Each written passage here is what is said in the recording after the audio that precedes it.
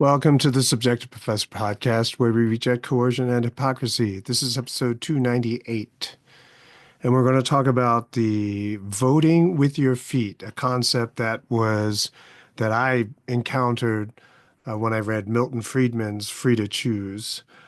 For a long time, full disclosure, for a long time, I was really into Friedman.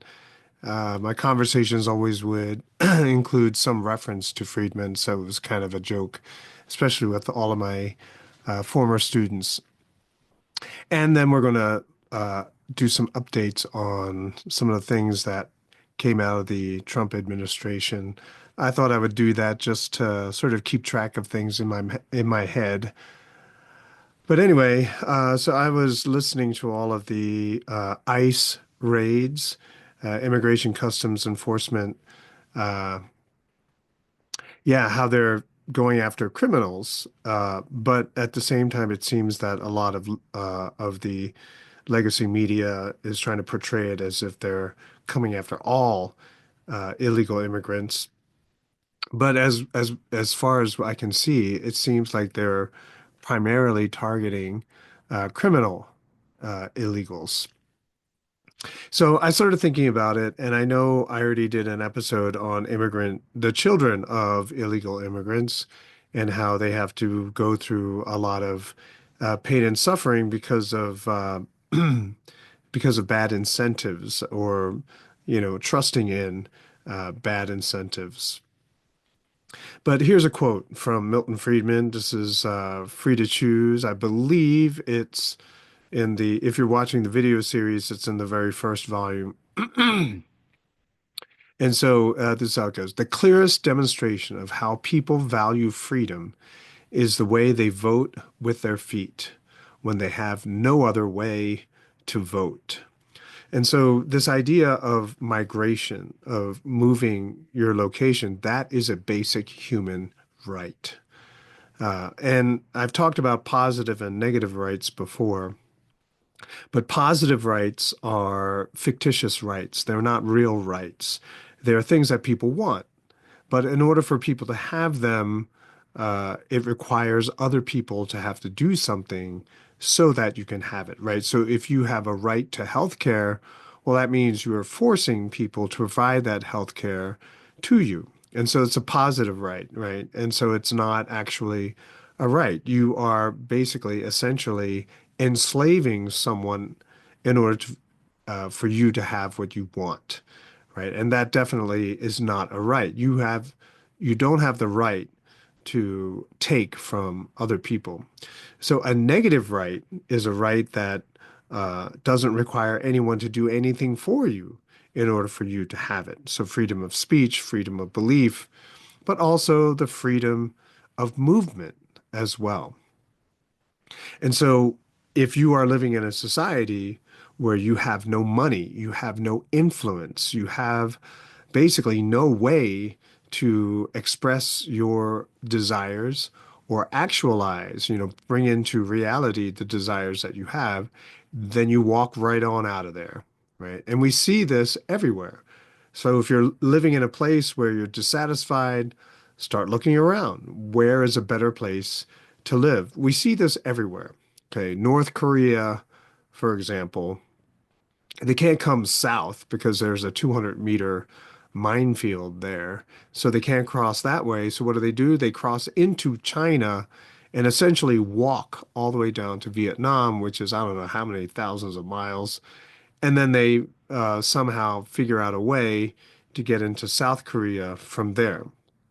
But they do not want to stay in North Korea, so they will brave barbed wire. They will brave, the frigid weather in North Korea to go into China just so they can get out of there. They have no other right. I mean, they can't even express themselves without fear of being arrested or shot or somehow imprisoned, punished. And so they don't like it, so they leave. In scripture, in the Bible, you see migration everywhere, right? In the Christian scripture or the New Testament, when persecution of Christians started to rise, particularly in the early church period, Christians scattered. They scattered. They moved to all the different all different locations all across the Roman Empire to get away from the persecution, right? And if they did not have the freedom to move, then they would just basically be sitting around waiting to be arrested and punished. If you recall how the colonies were settled, right? I did a episode not that long ago, episode 230, Government is a Business. And so it's looking at the opposite side, right? So when the government is doing badly, then people want to leave. And so in that episode, I described government as a business, and the people who live under the jurisdiction of that government, they are the customers. And if they like the services that are available or what they can get by living under that government, then they stay or they try to get there. And if they don't like it, then they try to leave. So the colonies here in what we now call the United States, it was rough. It was rough to come here. If you remember the stories about Jamestown, people starved to death. There was disease. The trip over here was not pleasant either. And so it was a rough, rough journey. And then you get here and the chances of surviving are very, very low. So why would people make the trip to the new world, quote unquote? And it's because they were oppressed. They were not treated equally. They couldn't express themselves freely where they were living. And in England, it was religious persecution, right? So everyone who was a religious deviant, right? They didn't belong to the Anglican Church. Maybe they were Catholics. They wanted to leave. So Puritans, right? They were the first group to live en masse, right? Because what you started to see initially, it was an investment opportunity. If you settled into the New World, then it was a revenue making scheme. And so usually companies would sponsor trips into the New World, but then that got impractical and really expensive because the return on investment wasn't that great because everyone would die when they get here to the New World. And so you couldn't turn it into a profit, right? And plus, how are you going to get all those people who went to the New World to continue paying you? It just doesn't work, right? And so then religious groups started to go, right? Because they wanted to go. So you didn't have to really pay. So they would try to figure out a way to raise the money to be able to go to the New World. And they able to do it. They were incentivized to do that because there was freedom, right? In the areas that England had controlled, there was a large amount of freedom and autonomy. And so people who didn't have that in England seized the opportunity, right? It was worth it for them to risk their lives for freedom, right? And so that's what happened. Pennsylvania was the most successful colony because they had political and religious freedom. But all of the colonies eventually had to guarantee a representative assembly, right? Otherwise, why would you go, right? To be oppressed over there, you were oppressed over here, oppressed over there. No, you can't have it. And so when you were promised that there would be a representative assembly, even if it was of only the wealthiest of the society, it was still a representative assembly. And so it was much, much better than what you had in England. And so they would go. France had colonies in the New World, especially in Canada, but not a lot of French people came to the New World, not because it's cold, right? Because the French were in other locations as well. And the reason why they didn't come was because the government here in New France was not any different than in Old France, except there's a lot more danger here in the New World. Uh, and that doesn't even take into consideration the trip to get to the New World. And plus, a lot of the French settled in Canada where it was like frozen solid most of the for most of the year. So that wasn't very attractive either. But that was the big reason why you didn't have a lot of French coming to the New World because there was no freedom here. So within the US, right? So that's why people didn't take advantage of voting with your feet because it wasn't worth the trip. Only the people who are going to engage in fur trapping somehow get rich by coming here. And so it was mostly men, uh, Frenchmen who came to the New World. Now, within the United States today, we see this voting with your feet. People cross city lines to have different tax rates, right? So, if you live in a big city, generally the tax rates are much higher than if you live just across the city line. And I know people in my church, they've complained about the wage taxes, the city taxes that would come out of their wages. And so I said, just move one block over, right? And now you're out of the city, right? And so the taxes are much, much lower. And so they essentially gave themselves a raise simply by moving a couple blocks down the road because they were now out of the city. So people vote with their feet when their situation is unappealing. It doesn't have to necessarily be to another country. You just be across a city line, a county line. People vote with their feet for shopping, right? I usually go to this store, but the prices all of a sudden are higher and the quality of the product is not that good. I'm going to go to another store, right? So we vote with our feet when it comes to shopping. Also, if you don't feel like walking at all, then you shop online, right? And so if we don't like something in one area, you simply go somewhere else. Another example is medical tourism, right? If the medical costs here are way too high, then you go to another country. I think I did an episode on the Oklahoma Surgery Center, right? And they have people coming from all over the world to come use the Oklahoma facility because not only is it cheaper, but they can get their operations much, much quicker, right? In the socialized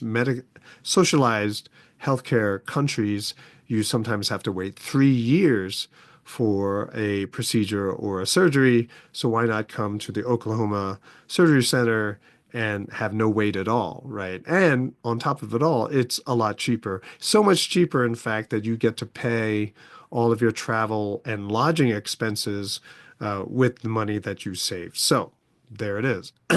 Then, if you don't like the property taxes or the school taxes in your neighborhood, in America, depending on your neighborhood, you have to pay a certain amount in school tax.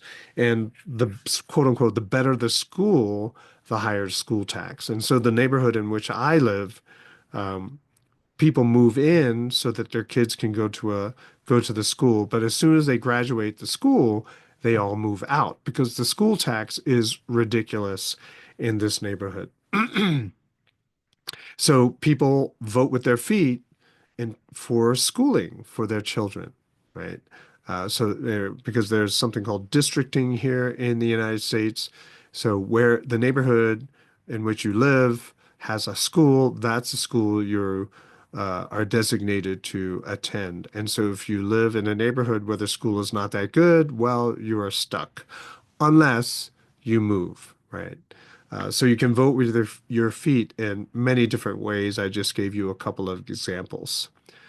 Now, this is really important. I mentioned in episode 230 that we as individuals, we can't stop the political machine, right? It's ginormous. It's corrupt.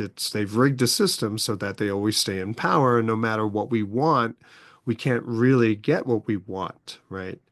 Um, so when you can't get what you want, you move. You vote with your feet. Uh, and this, the benefit is how you keep governments honest. Local governments, if you have everyone leave your jurisdiction, well, your tax base erodes. Then you can't have enough revenue from your taxes to be able to support the local government. And so therefore, you got to do something different. So if a lot of people move out of your jurisdiction or move into your jurisdiction, then you either lose power and influence or you gain it. In the United States, there's 50 states. If the population changes enough, it affects the number of representatives you have in Congress. And so if a lot of people move out of one state and go into another, right, let's just pretend it's a 1-to-1 ratio, then the first state loses seats in Congress, whereas the state that got all of those migrants, they gain seats in Congress. And so it keeps governments honest, right? You can tell if you're doing a good job if more people want to live in your district, if you're doing a bad job, if more and more people are trying to get out. So this how people move determines and can be a way of knowing how well you're governing. Now, California is kind of weird because their population is always growing, but uh, at the same time, what's happening is the wealthier people are moving out of the state. But it's huge, and so you still, although a lot of people left the state, you still have a lot of people who are still there, and I guess somehow it's still affordable for them to do so. Now, what screws up everything is welfare, right? So all the handouts, free healthcare, free education, free housing, and I talked about this in another episode recently. And so you're going to have more people try to get into the country, right, to migrate to your country because of the level of welfare that is offered in that country. So a lot of, I know I heard this story a couple of years ago, but a lot of migrants in Europe did not want to stay in Hungary or Poland. They wanted to go to Germany because Germany is apparently the richest country in the EU at the time, and so they wanted to go there for all the benefits and the perks. Okay, and so this is what determines how people vote with their feet. But all of those welfare government programs twists and distorts the incentives, right? So who's going to pay for all this? It's the people who already live in that country. And so having a huge influx of uh, illegal immigrants, it puts a strain on the system, right? That's why the wait time for medical treatments gets longer and longer because there are more and more people lining up to get treatment. And so Ron Paul says this all the time, but Milton Friedman, I believe, says this as well. You don't need to put up walls, right? Walls are unnecessary. What you need to do is cut the welfare. Once you get rid of all of the welfare, then if you go to that country, you got to work hard because no one else is going to help you, right? And so only the people who are going to work hard are going to come. Uh, and sometimes they can send for their family not that long after, but generally it's one person coming by themselves, trying to make a lot of money, enough so that they can send for the rest of their family.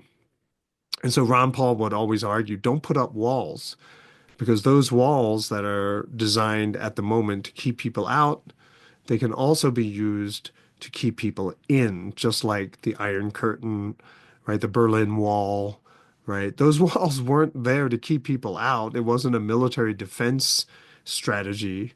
Rather, it was to prevent people from escaping into the free part of Europe. And so Ron Paul would say, and I have been saying this as well, is you don't need to put up walls. You just get rid of all the welfare, and a lot of people will stop coming. Like, get rid of the sanctuary city idea. Get rid of all this woke ideology, which has this sort of catch and release attitude when it comes to criminals. Don't do that. And England is horrible, where they're going to set free a lot of hardened criminals, but then they're going to arrest people who post memes on the internet. So you don't need borders, just you need to have better laws, justice, and no welfare. And then so everything will even out. You will see that people who work hard, the best and the brightest, are going to try to come to your country. In other words, when other countries are experiencing a brain drain, you will have the benefit of a brain gain. So some people talk about low cost workers, sure, right? Because that a lot of corporations want open borders so they can have low cost employees and so they can have a bigger profit margin. Sure, okay. But if we had a more free society, then what would happen is that all of the people who've been here longer, they would have gained more skills and therefore would have better paying jobs. But all of that stopped because of unionization, government regulation, and so a lot of the manufacturing jobs went out of country, which meant that whoever was left, they had to fight for scraps. And on top of that, you have inflation, which is why people could keep going on strike because they want higher wages because the value of the money they're earning is dropping, and so they're striking for higher wages, right? So that would be the thing. Instead of going on strike, you just look for a better job. And that should be the expectation. You want to make more money, find a better job, which means that you have to continue to gain skills to get better jobs. Uh, so that keeps workers honest, right? So you're going to continue to work hard because you always know is willing to work for less money. So you can't take things for granted. You can't strike for higher wages, etc. So let's talk about some of the things that Trump has done. If you cut, well, a segue there. If you cut entitlements, you're going to have trillions of dollars redirected in the budget. So instead of imperialism, military industrial complex, bombs, missiles, green mandates, right? Forget all of that. And then guarantee Social Security recipients their money. But you give the option to everyone who's 30 years old and younger to opt out of Social Security, right? So everyone gets paid, everyone gets their health care, everyone gets whatever Social Security they were promised, but younger people can opt out. So they don't have to contribute to it, they don't have to pay into it, but still have something for themselves. In other words, allow choice for everyone. It's crazy. I saw a clip today of Trump talking about the $1 billion Congress, but he talked about it in a favorable way. He says, "Oh, the tariffs were awesome, and we had no income tax." Right. And that's my segue into some of the things that I heard in the news today. The new press secretary announced that new media, right? Quote unquote, new media people such as podcasters, social media influencers, and bloggers can apply for press credentials to cover the Trump White House. That is crazy. So we know that he got elected because he hit all the podcasts, he ignored all the legacy media stations, and that helped him to get the young vote. And so those people who helped get him into the White House, this is payback, right? This is a return of their trust in Trump by inviting them to be legitimate reporters at the White House, right? Which is pretty cool. So we got freedom of the press, awesome. But then Trump is continuing with the TikTok ban, which, according to Rand Paul, has nothing to do with the Chinese, threat to national security thing, right? Because 60% of the company is not owned by Chinese, it's global investors, 20% original creators, and then 20% of the company is owned by the employees, many of whom are American, right? So it's not a freedom of speech issue, it's not a national security issue, it's a censorship issue, right? Oh, wait, excuse me. It is a freedom of speech issue, right? So them trying to transfer ownership of TikTok is basically an attempt to control what people can hear, say on that platform. Another crazy thing I heard Trump suggest and imply is abolishing the income tax. Wow. right? That's why he was talking about the billion-dollar Congress. We didn't have an income tax in those times. It was all tariffs. And so it seemed to say he was going to push for ending income tax, which obviously won't happen. But for him to bring it up is pretty crazy, right? I mean, a lot of libertarians have been talking about that for a long time, and for him to do that, to mention it, is pretty interesting. And he ended DEI funding. I don't know if I mentioned that already, but as a race theory PhD person, right? It was I never really acknowledged it as a legitimate approach to understanding race dynamics here in the United States. And so for him to officially cut the DEI funding, awesome. But of course, all of these programs are simply going to rebrand themselves in some way. But that's okay too, because the funding is simply going to be cut. And so, therefore, if you continue with the DEI programs, where's all the funding going to come from? And so we go back to the original uh, beginning of the video, which is that the local governments are going to have to raise taxes, which is going to cause people to leave those neighborhoods, which puts pressure on the government. And so they have to roll back all of that extra spending. And finally, the AI controversy, right? China unveils a super cheap AI thing, which I don't know the nuts and bolts of it, but it uses a lot of computer chips, right? But they're using cheaper ones. And so the NVIDIA bubble, the video card company, they had a massive downturn. Some people are saying this might be the trigger for another similar to the dot-com bubble popping, right? And you have many, many different things that could possibly bring on the popping of the everything bubble, but maybe that was it. But that's it, sort of recapping some of the things that I saw that Trump was doing and the Trump administration was doing, but how it affects then our perception of government. Is he doing a good job? Do you want to still move here? And for what reason? So that's it for today. I will talk to you guys next time.